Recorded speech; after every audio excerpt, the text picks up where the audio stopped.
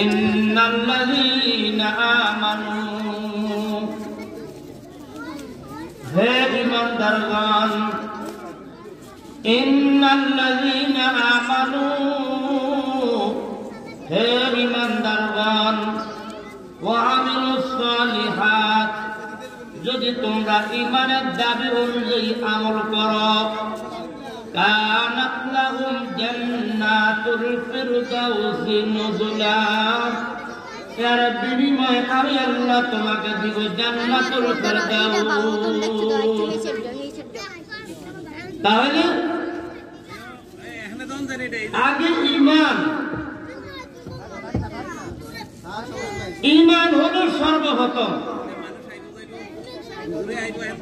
বুনিয়াল ইসলাম আলা শাহাদাতি লা ইলাহা ইল্লাল্লাহু ওয়াহদাহু লা শারীকা লাহু ওয়া আশহাদু আন্না মুহাম্মাদান আবদুহু ওয়া রাসূলুহু ওয়া আকিমুস সালাতা ওয়া আতুজ যাকাতা ওয়াল হজ্জ ওয়া সাওমু রমাদান। ইসলামের স্তম্ভ হইল পাঁচটা স্তম্ভের এক নম্বর স্তম্ভ হইল ঈমান।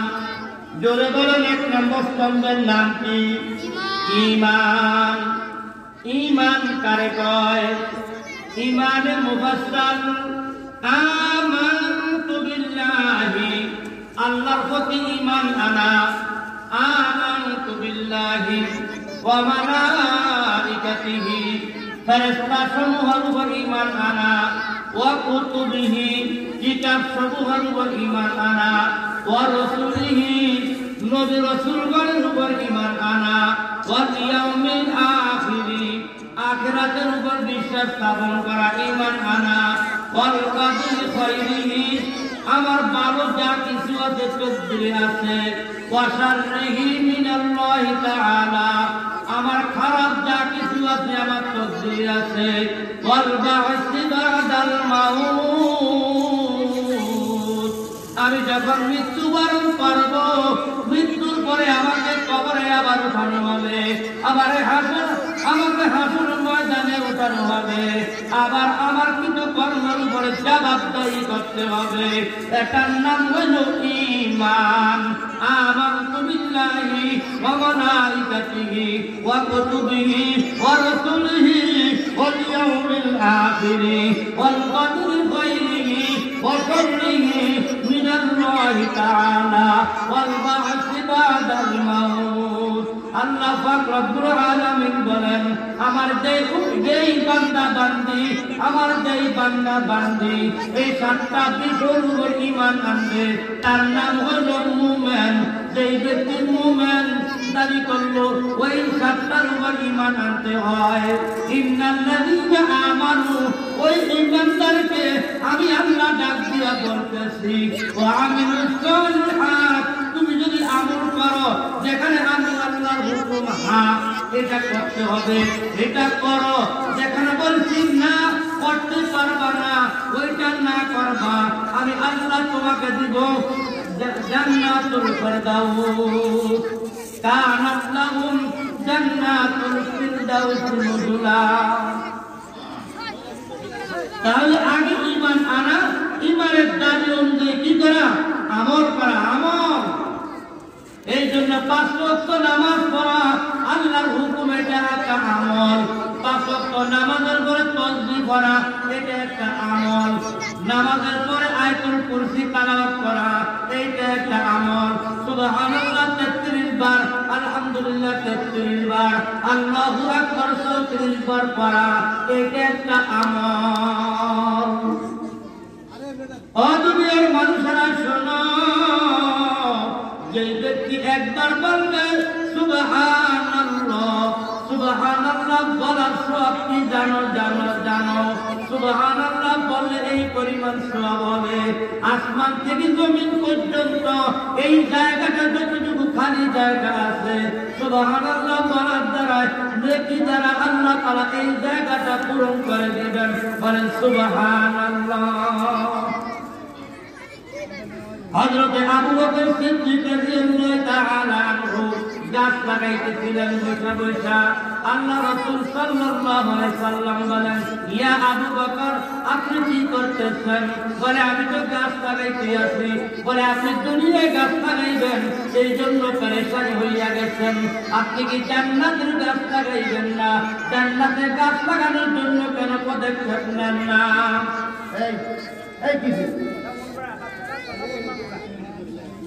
হযরত সিদ্দিক আকবর রাদিয়াল্লাহু তাআলা আনহু ডেকে বলেন, ইয়া রাসূলুল্লাহ, ইয়া হাবিবাল্লাহ, আমি তো আছি এখনো দুনিয়ার জমিনে, আমি তো আর জান্নাতে যাই নাই, সুতরাং দুনিয়ার জমিন থেকে আমি জান্নাতে কিভাবে গাছ লাগাইব? আল্লাহ রাসূল ডেকে বলে, ইয়া আবু বকর সিদ্দিক, আপনি শুনে রাখেন, যেই ব্যক্তি দুনিয়ার জমিনে বসিয়া একবার সুবহানাল্লাহ বলবে, ওই ব্যক্তির জন্য জান্নাতের মধ্যে একটি গাছ রোপণ করা হবে।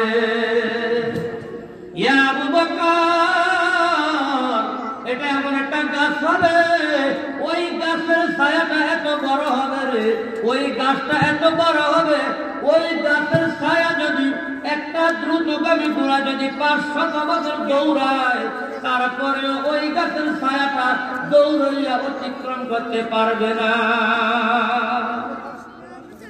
সুবহানাল্লাহ বললে এই পরিমাণ সওয়াব হয়, সুবহানাল্লাহ বললে এরকম একটা গাছ হয়। এটা আমল। ইন্নাল্লাযীনা আমানু, যখন তুমি ঈমান আনছো, ওয়া আমিলুস সালিহাত, ঈমানের দাবি অনুযায়ী আমল করো, নামাজ পড়ো, রোজা রাখো, হজ করো, যাকাত দাও, শিকায়েত থেকে মুক্ত থাকো, ঘুষ থেকে মুক্ত থাকো, সুদ থেকে মুক্ত থাকো, জিনা থেকে মুক্ত থাকো, ব্যভিচার থেকে মুক্ত থাকো, নেক আমল করো, আল্লাহ তাআলা তোমাকে দান করবেন কি? জান্নাতুল ফিরদাউসি নুজুলা।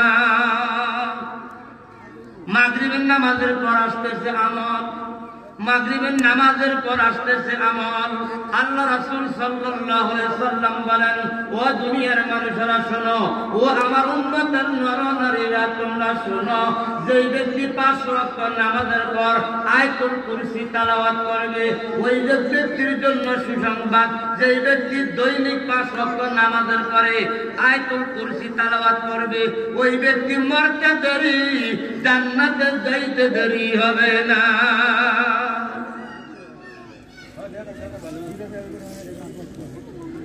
আল্লাহ রাসূল সাল্লাল্লাহু আলাইহি সাল্লাম বলেন, যেই ব্যক্তি মাগরিবের নামাজের পর সূরা হাসরের আখেরি 3টি আয়াত তেলাওয়াত করবে, হুয়াল্লাহুল্লাযী লা ইলাহা ইল্লাহু আলিমুল গায়বি ওয়াশ শাহাদাতি হুয়ার রাহমানুর রহিম। ওই ব্যক্তি যখন এই সূরা হাসরের আখেরি 3টি আয়াত তেলাওয়াত করবে, ওই ব্যক্তির জন্য মাগফিরাত করার জন্য ফজর পর্যন্ত 70,000 ফেরেশতা নিয়োগ করা হবে।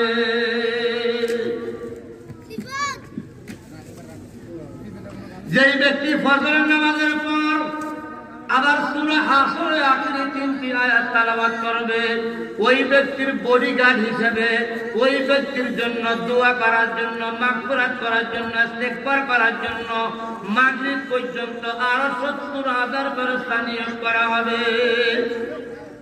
বিকালে পড়ার কারণে সকাল পর্যন্ত 70,000, সকালে সূরা হাসরের আখেরি 3টি আয়াত তেলাওয়াত করার কারণে বিকাল পর্যন্ত 70,000। কোন ব্যক্তি যদি দৈনিক সূরা হাসরের আখেরি 3টি আয়াত সকাল এবং বিকাল তেলাওয়াত করলো, ওই ব্যক্তির মাগফিরাতের জন্য আল্লাহ তাআলা 1,40,000 ফেরেশতা নিয়োগ করেছেন। বলা হয়েছে এই 1,40,000 ফেরেশতা কিয়ামতের আগ পর্যন্ত আর কারোর জন্য আসবে না। আর আমি পড়ার কারণে, তেলাওয়াত করার কারণে আমার কাছে এই ফেরেশতা আর আসবে না। আজকের দিনের মধ্যে যদি কোটি কোটি মানুষে একবার সূরা হাসরের আখিরি 3টি আয়াত তেলাওয়াত করে, আমি একজনের কাছে যদি 1,40,000 ফেরেশতা আসে, তাহলে আমি যদি 70 বছর হায়াত পাই, কি পরিমাণ ফেরেশতা আমার কাছে আসবে? তামাম পৃথিবীর মানুষ যদি সূরা হাসরের আখিরি 3টি আয়াত তেলাওয়াত করে, এদের কাছে কি পরিমাণ ফেরেশতা যাবে? আল্লাহ তাআলা কিয়ামত পর্যন্ত কি পরিমাণ কত অসংখ্য অগণিত ফেরেশতা সৃষ্টি করেছেন। ফেরেশতা গণনা করে শেষ করা যায় বলি যাইতো না। ওই অগণিত ফেরেশতা, কোটি কোটি কোটি কোটি মিলিয়ন মিলিয়ন ফেরেশতা, ওই অগণিত ফেরেশতার সর্দার হইলেন হযরতে জিবরাইল আলাইহিস সালাতু ওয়াস সালাম। হযরতে জিবরাইল আলাইহিস সালাতু ওয়াস সালাম একদিন আল্লাহকে ডাক দিয়া কয়, ও মাওলায়ে কারীম, আপনি তো অগণিত ফেরেশতা বানাইছেন, আপনি তো অগণিত ফেরেশতা সৃষ্টি করেছেন, আমি আপনার কাছে একটা কথা জানতে চাই। মাওলায়ে কারীম ডেকে বলে, জিবরাইল, কি কথা আপনি জানতেন বলেন।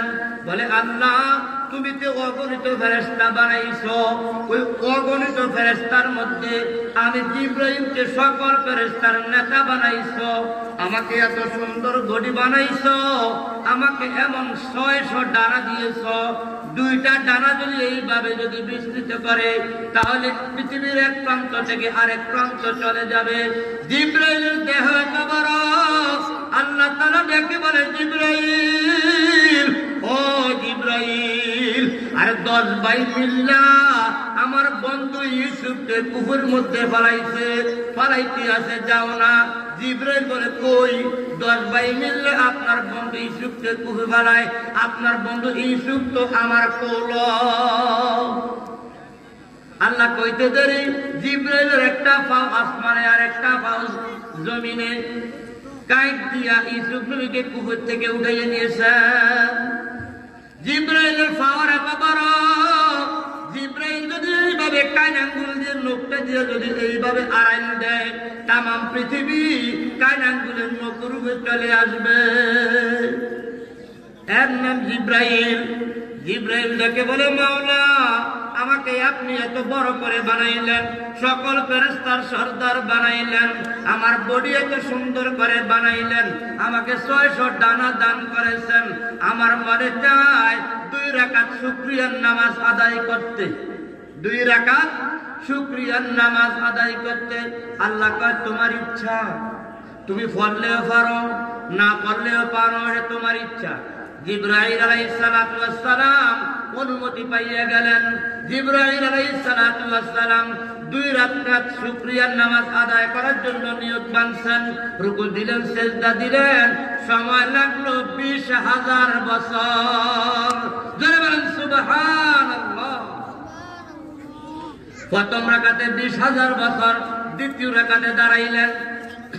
জিবরাইল শুকরিয়ার নামাজ আদায় করতে গিয়া দ্বিতীয় রাকাতে আরো 20,000 বছর, 2 রাকাত নামাজ পড়তে সময় লাগাইছে 40,000 বছর।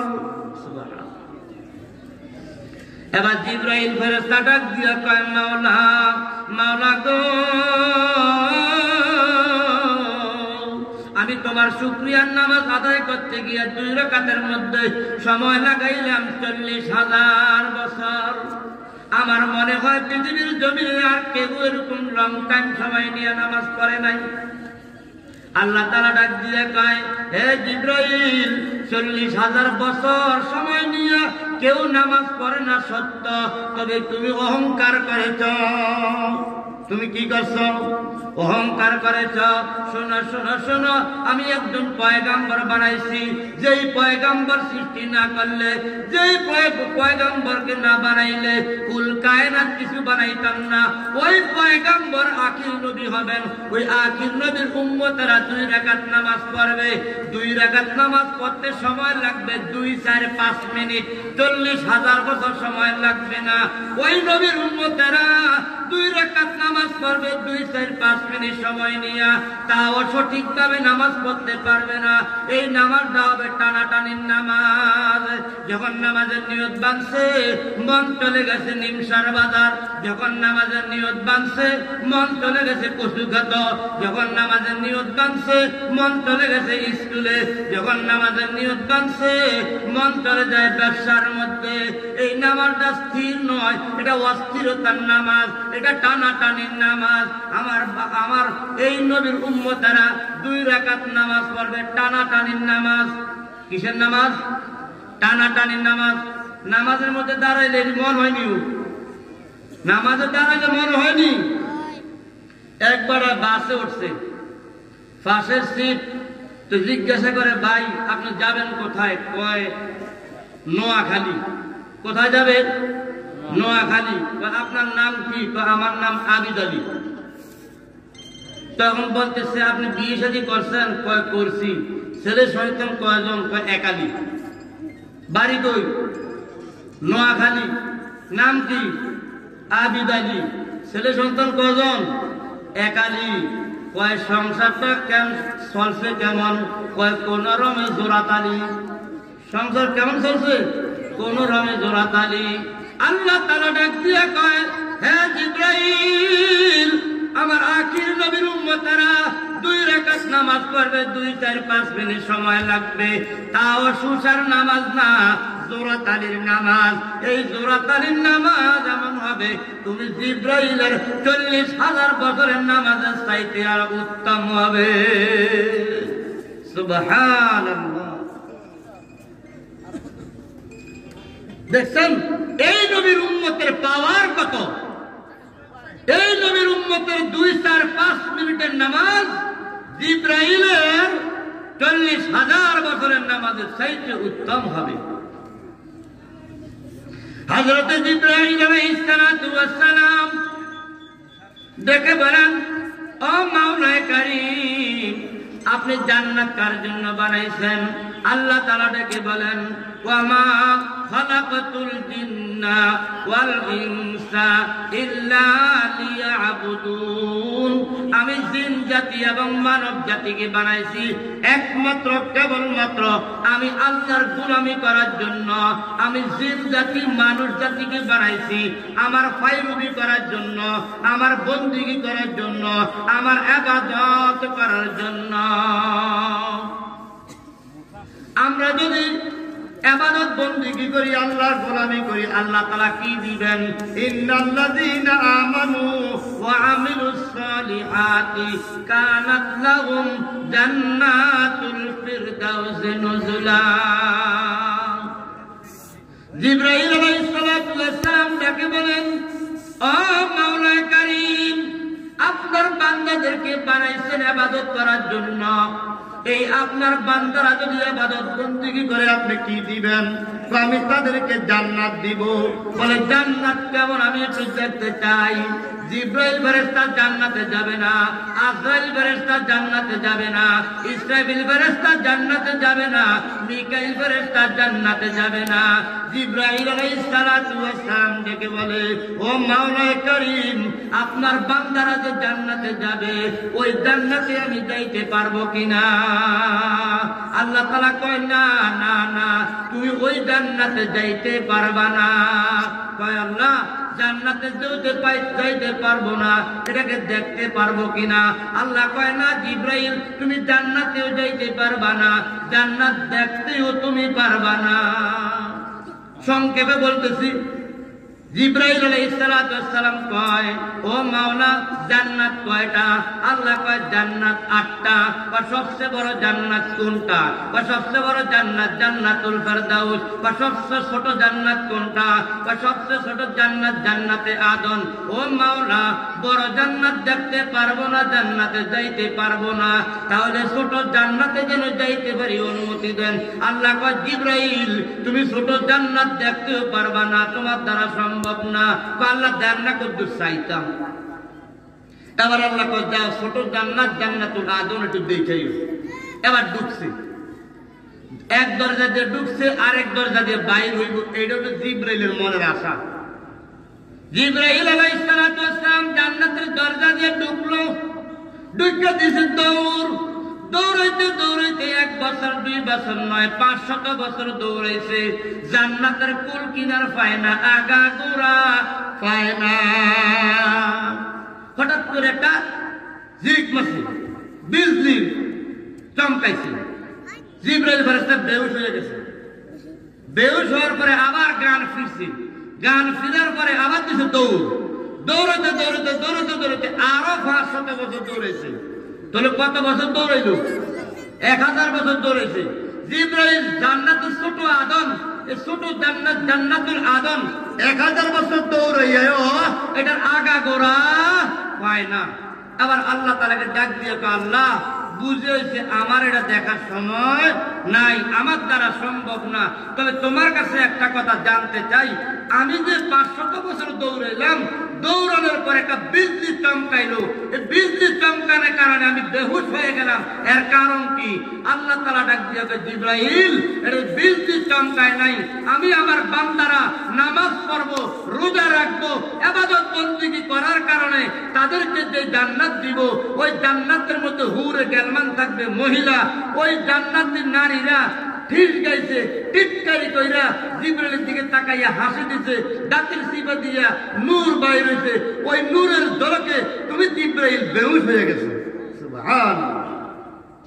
এবার কয়, আল্লাহ তাহলে এই জান্নাতে যে তোমার বান্দারা যাইবো, তোমার বান্দারা পাওয়ারটা যদি কত দেখাইতা, তাহলে তুমি একটা কাজ করো, মসজিদের নববীর সামনে যাও, খানা খাবার বারান্দায় গিয়ে তাহাজ্জুদের সময় দেখবা একটা বৃদ্ধ লোক ওই জায়গায় তাহাজ্জুদ নামাজ পড়ে, তার সাথে তুমি দেখা করো, তার সাথে তোমার পরিচয় নাও। জিবরাইল ফেরেশতা খানা কাবার সামনে চলে গেলেন। ওই কাবা ঘরের সামনে যাইয়া বারান্দার মধ্যে গিয়ে দেখে এক মুরব্বী নামাজ পড়ে। কি করে? নামাজ পড়ে। জিবরাইল মানুষের শুরুতে গেছে। কেমনে গেছে? মানুষের শুরু ধরে জিবরাইল ফেরেশতা গিয়ে বলতেছে, ভাই আপনার নাম কি? তখন ওই ব্যক্তি বলতেছে, আমার নাম আবু বকর সিদ্দিক। বলেন সুবহানাল্লাহ। এর নাম কি? আবু বকর সিদ্দিক। জিবরাইল কি ফেরেশতার বেশে গেছে না মানুষের শুরুতে? মানুষের শুরুতে গেছে। মানুষের শুরুতে